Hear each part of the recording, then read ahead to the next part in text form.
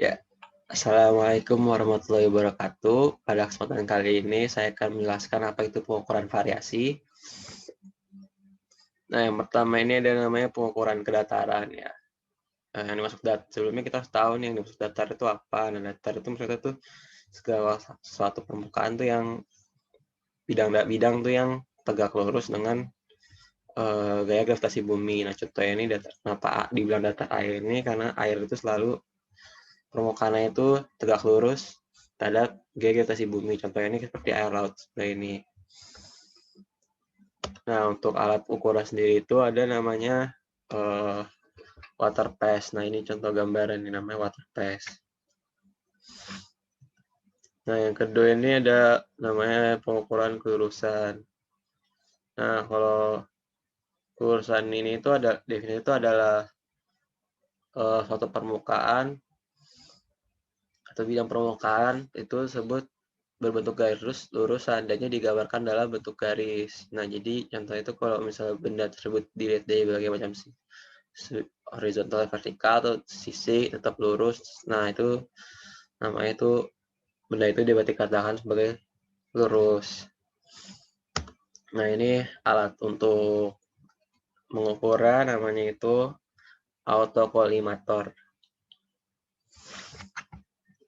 Ya, selanjutnya ini ada namanya pengukur kerataan. Maksud kerataan ini adalah keadaan di mana permukaan memiliki bentuk yang sama tanpa adanya perbedaan tinggi antara satu titik dan titik lain. Nah, suatu benda ini dikatakan rata itu ketika bentuknya permukaan itu bentuknya sama dan juga nggak ada perbedaan tinggi dari titik satu dan titik lain. Oke, itu disebut rata.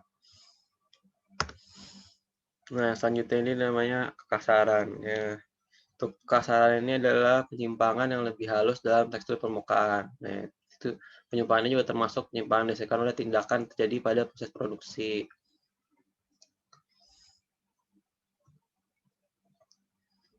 Nah, ini adalah penyebab penyimpangan pada permukaan atau penyebab yang terjadinya kekasaran. Yang pertama ini ada goresan hasil dari pemakanan alat potong.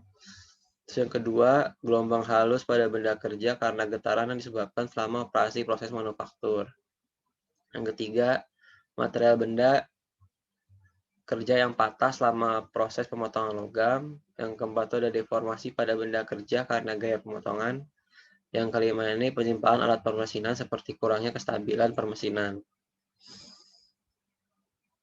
Nah, selanjutnya ada namanya waviness.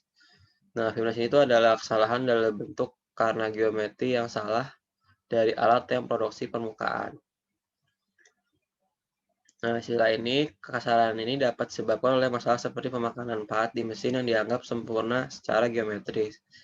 Jadi juga, nah ini contoh apa namanya gambara. Ini ada juga jarak gelombang. Nih, jarak gelombang ini adalah lebar antara puncak gelombang atau lembah berurutan. Nah, ada juga ketinggian waviness. Nah, itu adalah jarak dari puncak lembah. Nah, selanjutnya ini ada profil dan surface texture. Nah, profil ini itu adalah kontur bagian manapun melalui permukaan. Nah, sedangkan surface texture ini adalah penyimpangan berulang atau acak dari permukaan nominal yang membentuk pola permukaan. Nah, tekstur yang dimaksud ini, tekstur permukaan itu maksudnya contohnya kayak kekasaran, waviness, lay, ataupun cacat. Nah, selanjutnya ini ada macam-macam profil permukaan. Yang pertama itu ada profil geometris ideal. Nah, profil ini merupakan profil dari geometris permukaan yang ideal yang tidak mungkin diperoleh, dikarenakan banyaknya faktor yang mempengaruhi dalam proses pembuatannya. Nah, dan juga bentuk dari profil geometris ini dapat berupa garis lurus, lingkaran, dan juga garis lengkung. Nah, yang selanjutnya ini ada namanya profil referensi. Nah, profil referensi ini adalah digunakan sebagai dasar dalam menganalisis karakteristik dari suatu permukaan. Nah, bentuknya sama dengan bentuk profil geometris ideal, tapi tepat menyinggung puncak tertinggi dari profil terukur pada panjang sampel yang diambil dalam pengukuran. Nah, yang ketiga ada namanya profil terukur. Profil terukur adalah profil dari suatu permukaan yang diperoleh melalui proses pengukuran.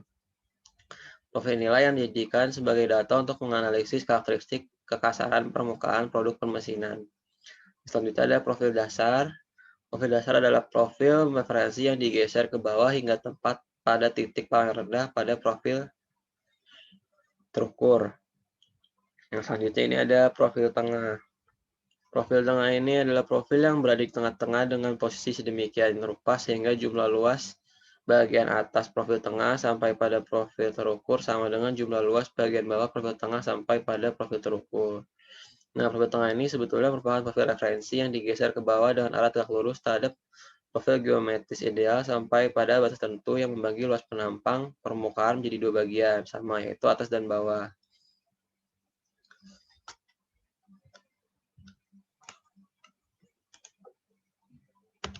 Nah, ini ada parameter kekerasan permukaan. Yang pertama ini ada kedalaman total RT. Kedalaman total itu tuh besarnya jarak dari profil referensi sampai dengan profil dasar. Nah, satuannya itu dalam bentuk mikron. Yang kedua ini ada kedalaman perataan atau RP. Nah, itu tuh jarak rata-rata dari profil referensi sampai dengan profil terukur. Nah, yang selanjutnya ini ada kekerasan rata-rata aritmetis atau RA. Aritmetis. Nah, yang pertama ini RA ini adalah standar umum untuk mengukur kekasaran permukaan. Ini didefinisikan sebagai tinggi rata-rata dari garis rata-rata semua ordinat permukaan. Nah, harus sebutkan ini di sini bahwa nilai RA ini adalah indeks untuk perbandingan tekstur permukaan dan bukan dimensi. Nilai ini selalu jauh lebih sedikit daripada ketinggian puncak ke lembah. Ini merupakan pilihan populer karena mudah dipahami dan diterapkan untuk tujuan pengukuran. Nah, ini ada cara untuk menentukan kekerasan rata-rata. Nah, ini dia. Ya.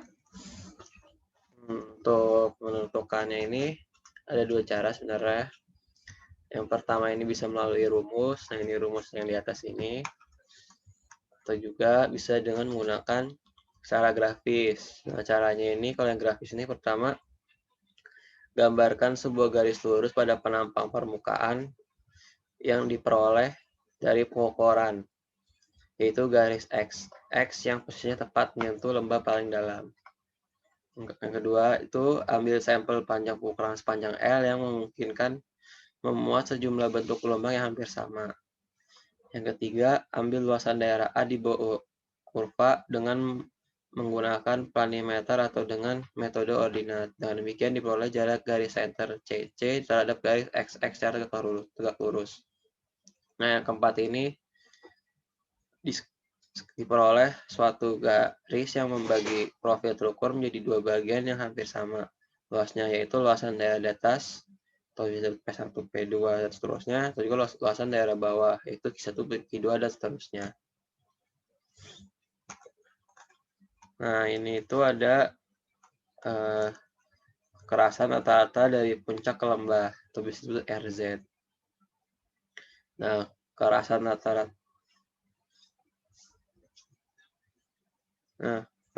rata-rata ini sebetulnya sama dengan kekerasan rata-rata aritmetis RA, tapi cara menentukan RZ adalah lebih mudah daripada RA. Nah, ini untuk cara menentukannya nih, menggunakan rumus ini.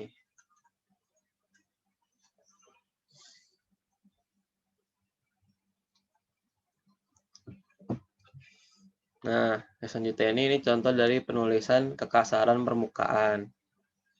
Contohnya seperti ini.